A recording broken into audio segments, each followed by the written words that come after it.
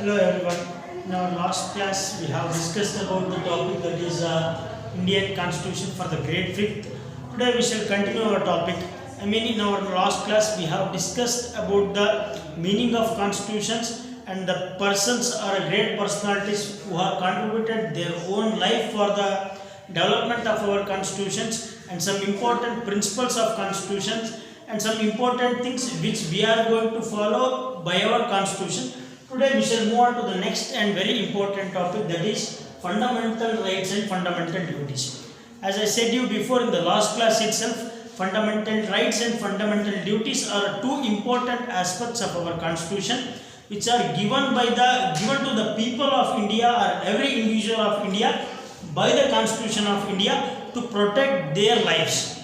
See, the fundamental rights are the rights which are provided by the Constitution of India for every citizen or every individual of India to protect their own lives or to ensure or to guarantee the rights of the peoples or the life of the people. Such kind of articles or such kind of rules which are mentioned in our Constitution are known as fundamental rights. The rights which are provided by the Constitution of India for the people of India. The rights which are provided by the Constitution of India to the people of India are called as fundamental rights. Actually, when our Constitution came to force, 1950 January 26, there was completely 7 rights. But after some decades, one right is taken back by the Constitution of India or Parliament of India. Why? Because the right which says that every citizen or every individual of India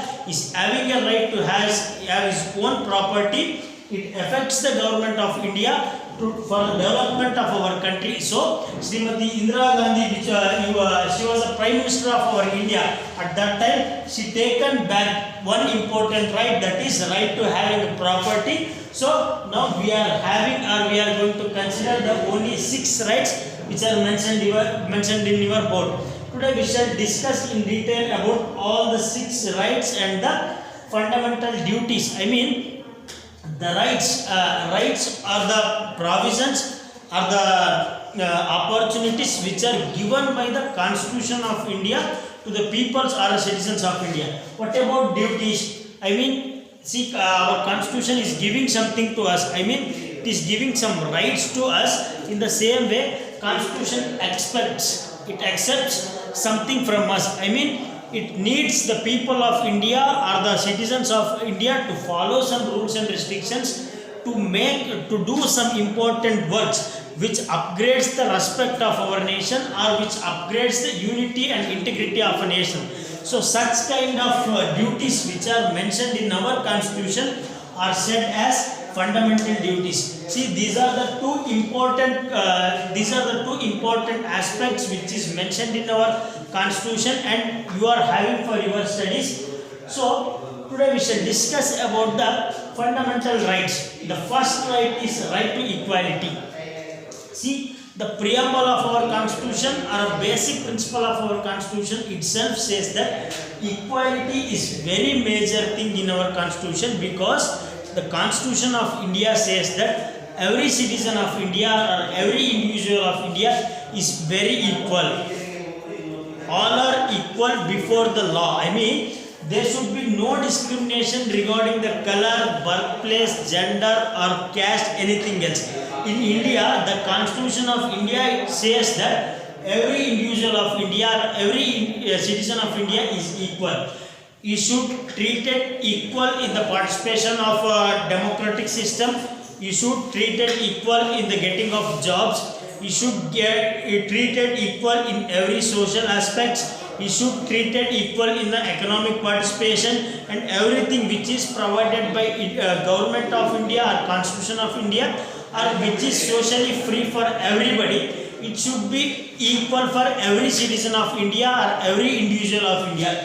So the first right, that is the right to equality, plays a very important role or plays a very major role, because the Constitution of India says that every citizen or every individual of India is very equal I mean the government of India or the constitution of India looks or sees every individual or every citizen of India equally. So it is distributed or it is offered everything in India equally to all its citizens of India.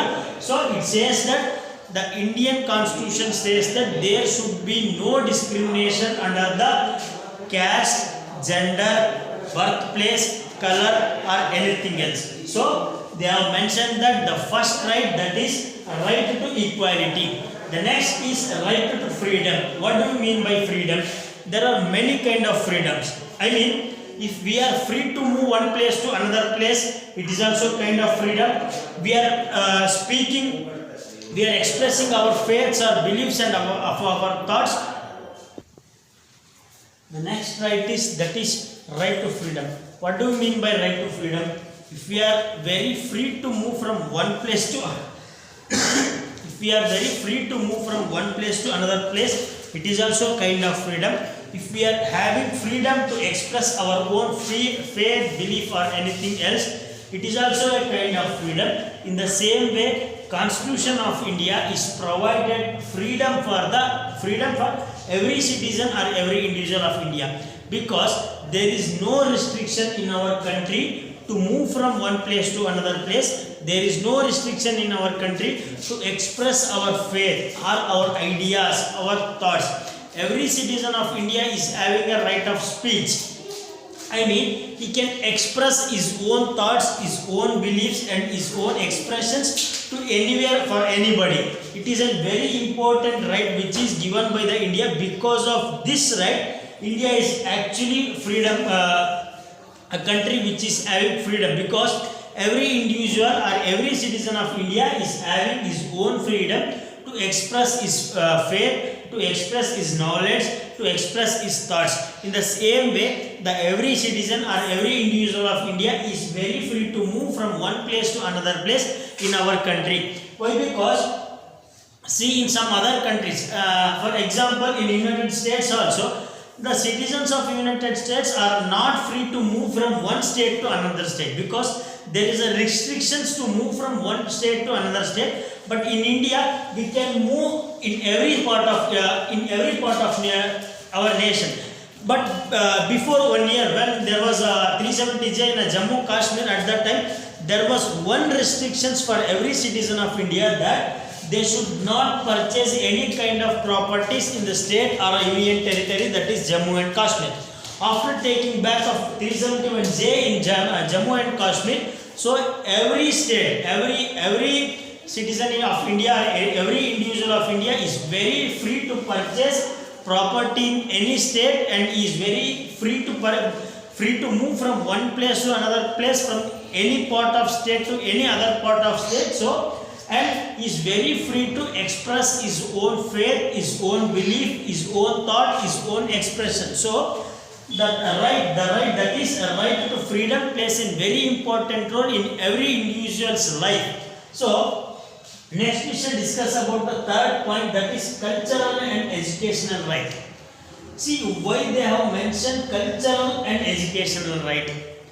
India is a country with very different culture, because the culture in Jammu, Kashmir and Ladakh is very different from the culture which is there in Karnataka, Andhra Pradesh, Tamil Nadu, Telangana, Kerala and some other countries. So to make a constitution or to construct a constitution for a country like India is very different, because India is a country with a lot of diversity and unity. So every citizen of India, every individual of India is very free. I mean, is having his own right to follow his own culture. There should no discrimination or there should no disturbance in following his own culture. Every culture and every faith, every belief is entertained in the India. So there is no discrimination between any culture. See, some countries are restricted their peoples to follow certain religion or to follow certain customs. But the citizens of India or the peoples of India are very free to follow all kind of culture, all kind of customs or anything else which they wish. In the same way, they have given us the right to education also. See, the people or a child which is took birth in India, from its age 14, there is a compulsory education, free and compulsory education in India. Because our government, our constitution made that every person or every child which is took birth in India should educated. So, because of this education, future of India will be safe. So, they have made that any child or any pupil should not be discriminated or should not be taken out from the education. So, now constitution itself they have mentioned that the child below the age of 14 should go to school. That is a duty of their, not only duty of their parents, it is the duty of a government also to make sure that the people, the children who are under the age of 14 should be educated or should sent to school. See, the cultural and educational rights are the two important rights which are depends both on their personal life and also the ruling government, because they are going to follow their own culture, their own belief, but anyone should not oppose them to follow any other culture or belief. So that is the duty of our constitution, or that is the duty of a government to protect the every culture and every customs and every beliefs of the citizens of India and the individual of India. In the same case, the every child which is under the age of 14 should be sent to school. This is the government, this is a duty of a government, and it is also duty of a parents, and they should send their kids to school. I mean, the government should provide the free and compulsory education for the up to the age of 14. This is all about the third right, that is cultural and educational right. Next we shall move on to the fourth and very important right, that is the right to freedom of religion. The last topic, I mean the topic that is in the point that is cultural and education right itself, I said that India is a country with a different culture, different it is having diversity of a culture and it is unified. In the same way, India is having a different religion, because we can see Hindu, Muslim, Sikh, Jain, Parsi and many other religions in India. There is no certain religion of Indian constitution. Especially in some countries they are going to have their own religion, constitutional religions. But India is a secular country. In the last class itself I said that there are three basic principles of our constitution, that is democracy, socialism and secularism. The term so secularism says that every religion that which are followed in India are equal. There is no discrimination between the religions. There is no discrimination between the caste. The Constitution of India says that every individual in India, every individual or every citizen of India is very free to follow any kind of religion which he wishes. The Constitution of India respect all the religions which are followed by the citizens of India. So they have mentioned that they have given the right to the every citizen of India or every individual of India to follow any kind of religion which he wishes or which is thought or his belief is there in any kind of religion. So he is very free to follow his own religion and is very free to create any new religion also, because in the ancient before 12th century or 14th century there are very limited religions, but many our philosophers and many social leaders of our country has created their own religion. So in the same way, every individual of India is having his own right to follow any kind of religion, because see, some countries are restricted to follow a certain kind of religion, but I said you before that India is a home of different religions, because we are going to see India is a home of many religions, because we can see Hinduism, Muslim, Sikh, Jain, Parsi and many other religions in India.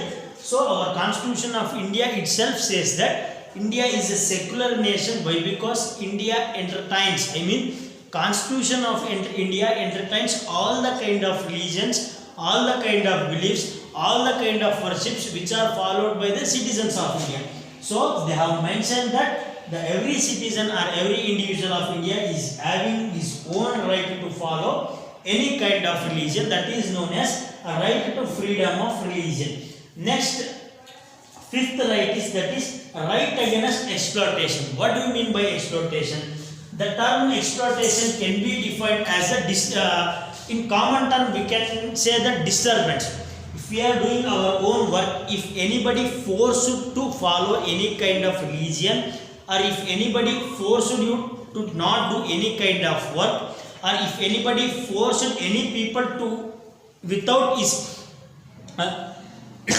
if anybody forced a person to do some works which he does not wishes, such kind of things or such kind of force are called as exploitation. I mean, if children are forced to work in the factories or garages or anything else, it is called as exploitation. If women are exploited, if women are forced to some any other illegal works, that is called as exploitation. If officers or if any contractors are forced to take some money or bribes from the people, that is called as exploitation. If the peoples are harassed by the politicians, or if the peoples are harassed by the officers, that is called as exploitation. So in our constitution itself they have given a right. I mean, if there is an exploitation on you, if anybody exploited on a citizen of India or individual of India, the citizen of India or individual of India is having a right to fight against the exploitation under the judiciary. If anybody exploited you, if anybody forced you to do any work, if anybody forced to stop any work which you are going to wish, you are having a right to fight against him. If you are having all the kind of right to fight against him, to punish him under the constitutional way by the judicial section. So our Constitution of India is provided the right against the exploitation to stop the exploitation in the country. If any the exploitation is taking place on the basis of caste, on the basis of race, on the basis of birthplace, on the basis of gender and many other things. So our Constitution of India itself says that there should be no exploitation for the people of India or the citizen of India. So they ensured that the evaluation of exploitation must be done by giving a right to the every people of India to fight against the exploitation. So our Constitution of India itself mentioned the right, that is right against the exploitation for every citizen of India. And next and very important thing is that is right to constitutional remedies. What do we mean by constitutional remedies? What is the Kannada meaning of remedy? The term remedy can be said as pariharagalu. Samvidhanatmaka pariharagalu. The term constitutional remedies means samvidhanatmaka pariharagalu. If any person or any government disturbs you to follow your rights, or disturbs your life, or if they exploited you, or any changes or any abnormal changes taken place to you by the Constitution of India or the Government of India, in the same case the Constitution of India itself gives your remedies. I mean, the Constitution of India says that the Constitution protect every citizen of India by the exploitation. So if we are going through the judicial section, every people of India or every individual of India is having the right to oppose his exploitation. A constitution is having remedial measures for every exploitation which is taken place in the life of individual of India. If any officer, if any politician, if anybody in India is exploited you, you can file a case against him which comes under the right, that is right to constitutional remedies. I mean, every problem has a remedies in our constitution. So they have mentioned that right to constitutional remedies in the fundamental rights list. This is all about the fundamental rights which is mentioned in our constitution and which is referred for in your textbook. Basically I have said in 1957 January 26 we are having 7 fundamental rights. Later, Srimati Indira Gandhi, great leader of our nation, she taken back one constitutional right, that is right to having property, because it affects the people or lower middle class people and some poor people. It send those peoples to for the some very critical conditions. So improve the peoples of India, to improve the farmers of India, to improve the economy of India, to develop the India. They have taken out the 7th right, that is right to property.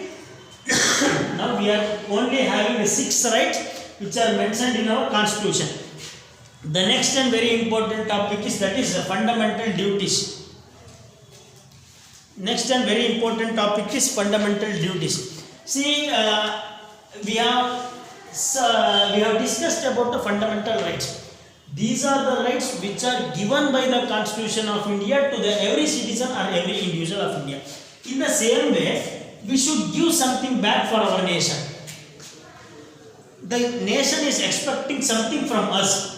What are those? So, how they have given some rights to us which were very favored to us. In the same way, the Constitution, the founders or the makers of our Constitution, they have mentioned some duties for every citizen of India which should be followed by every citizen of India. Such kind of duties are known as fundamental duties. These are the fundamental duties which are mentioned in our Constitution. Are every citizen of India is having his own ideas.